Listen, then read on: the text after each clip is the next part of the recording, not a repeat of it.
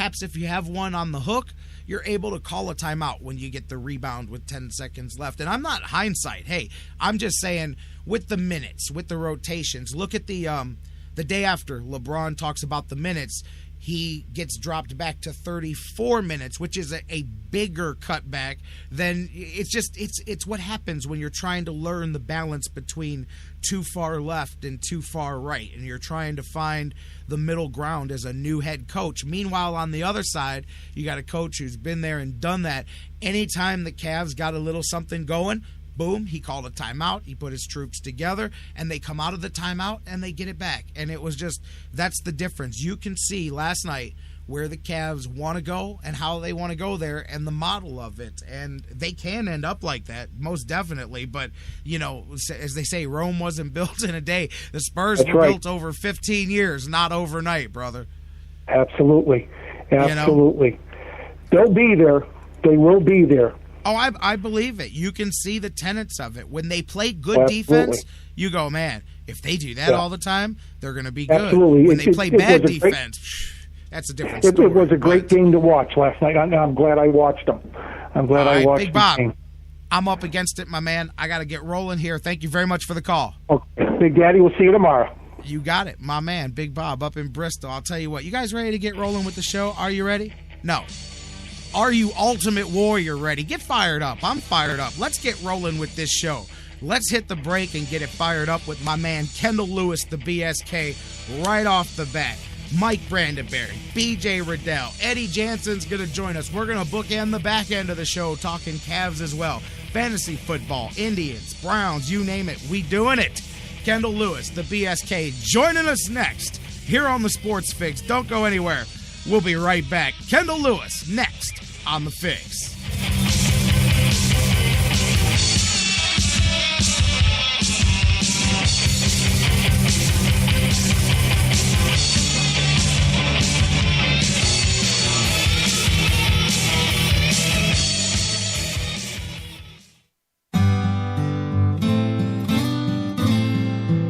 A public service announcement from the Sports Fix.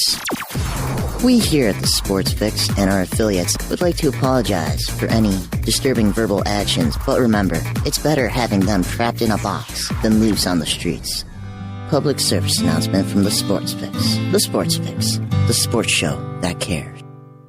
Sports Fix listeners, you've heard me talking about it. Millionaires being made all season long at DraftKings.com, America's favorite one-week fantasy football site. I've been playing there too. It's now J-Rock's favorite one-week fantasy football site. What's one-week fantasy football? That means no season-long commitments. Play whenever you want. Have a player who's hurt? That's no problem at all because you change everything week to week. Injuries don't derail your chance at victory. It's a new season every week. You're never stuck with the same players. You can pick your team in just minutes and be on your way to winning huge cash. This season, one listener turned $10 into $5,000. Another turned $2 into $10,000. And a new millionaire has been crowned nearly every week this season at DraftKings.com. You could be next. Imagine winning $1 million in one day. $1 million just for playing fantasy football at DraftKings.com. Head to DraftKings.com now and use promo code Spreaker to play for free in the $10 million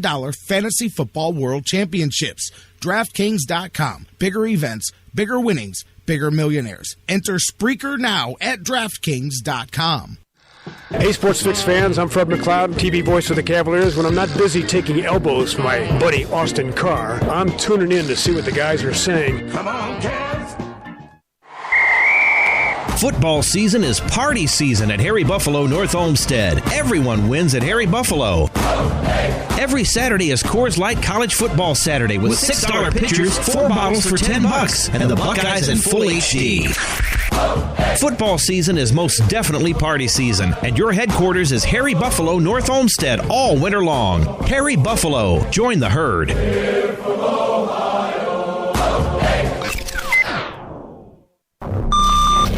Fantasy sports lovers, you put so much time, hard work, and effort into playing week to week that it quickly stops being a fantasy and starts getting real. And when the smoke clears, you want to show off those victories with a real prize. I mean, a really real prize. Nobody does that like Fantasy Jocks. The crew over at Fantasy Jocks have beautiful, high-quality, and heavy-duty championship belts, rings, trophies, and so much more for all your fantasy sports needs. There's literally only one place to go.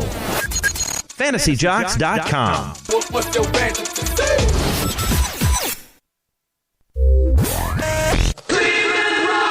Have you gotten your copy of Cleveland's Finest yet? Highlighting the best moments, players, and media members in Cleveland sports history? He won it!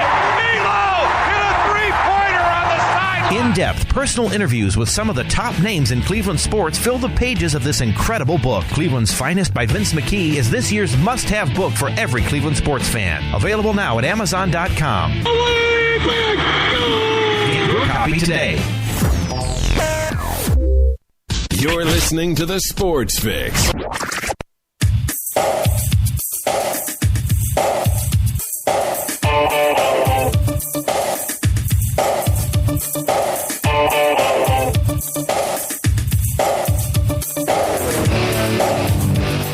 Welcome back to the Sports Fix live across the Sports Fix Radio Network. J-Rock back with you. Thanks to Bob for the call before we went to the break. Hated to cut you short, but had to get back here. My man, the BSK, Kendall Lewis, joining us in just a second. Welcome in. Since the phones are hot, you can't use them right now. Hit us up on Facebook and Twitter. Search for the Sports Fix on Facebook or look for Facebook.com/the Sports Fix if you just want to enter it directly. And you can always tweet with us at the Sports Fix CLE anytime, day or night. I'm going to the phones, as I said.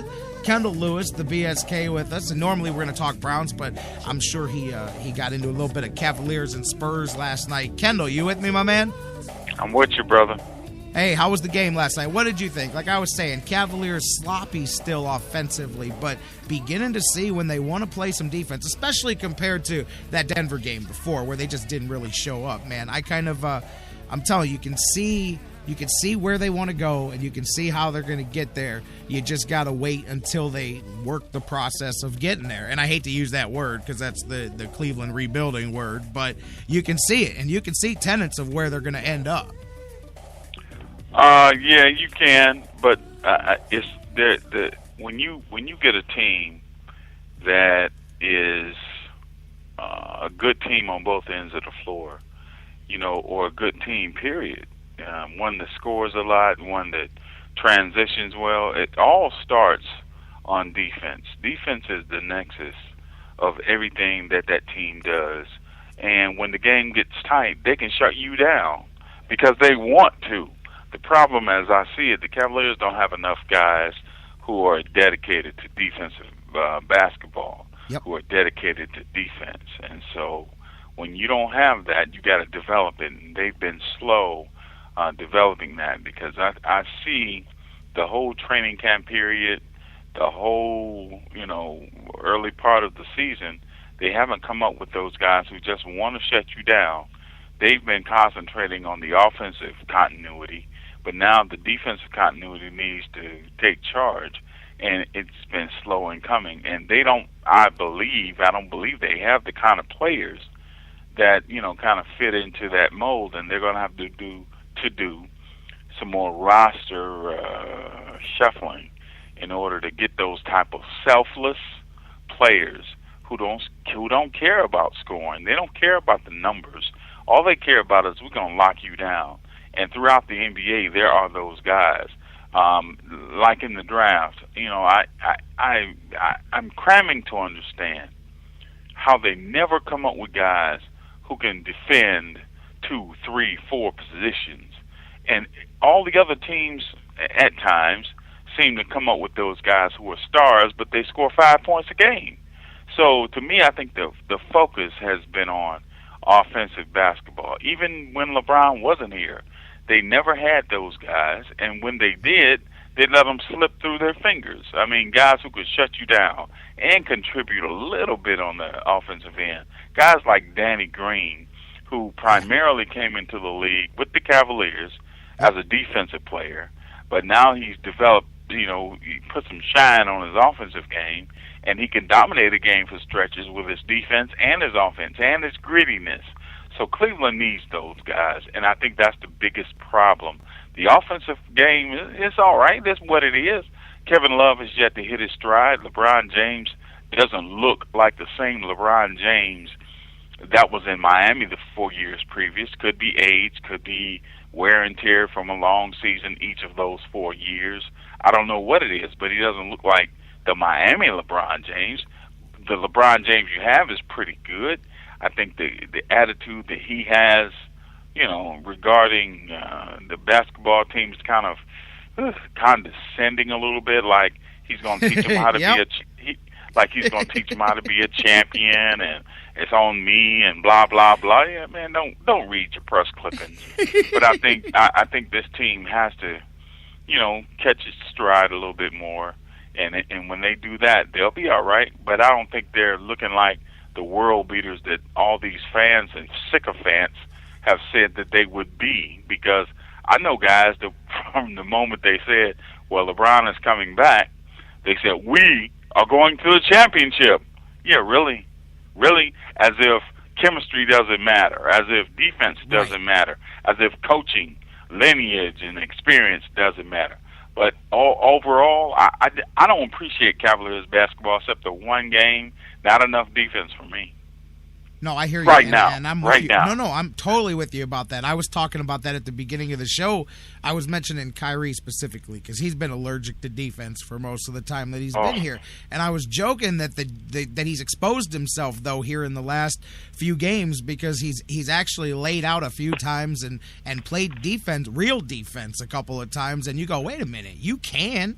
Clearly, you can play defense when you want to. It's just a matter of being held accountable and doing it and doing that. And I get it that he was offensively focused during the years that the last few years, his first few. But now, especially with that burden lightening a bit, you've got to. And because I love it, and that's what Miami was. That's what people forget is Miami. That offense was all powered by how strong they were constricting on defense, and when they got going, they were lethal. And then they'd use those turnovers in transition and just run teams over. And that's when the Cavs, I'm totally with you, will unlock what they can do. And I think there are going to need to be some more tweaks to the roster to get that in. I personally, some people like to toss Dion Waiters to the side, not just his offense. I think defensively, Dion can play.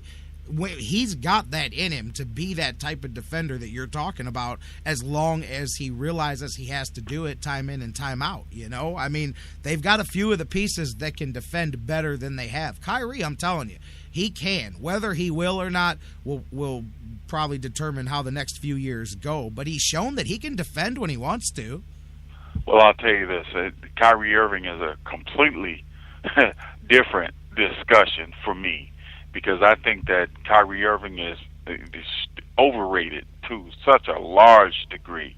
I mean, how hard is it really to get your own offense? How hard is it to get yourself off? I think the hardest thing to do is to be a facilitator and still get your own offense.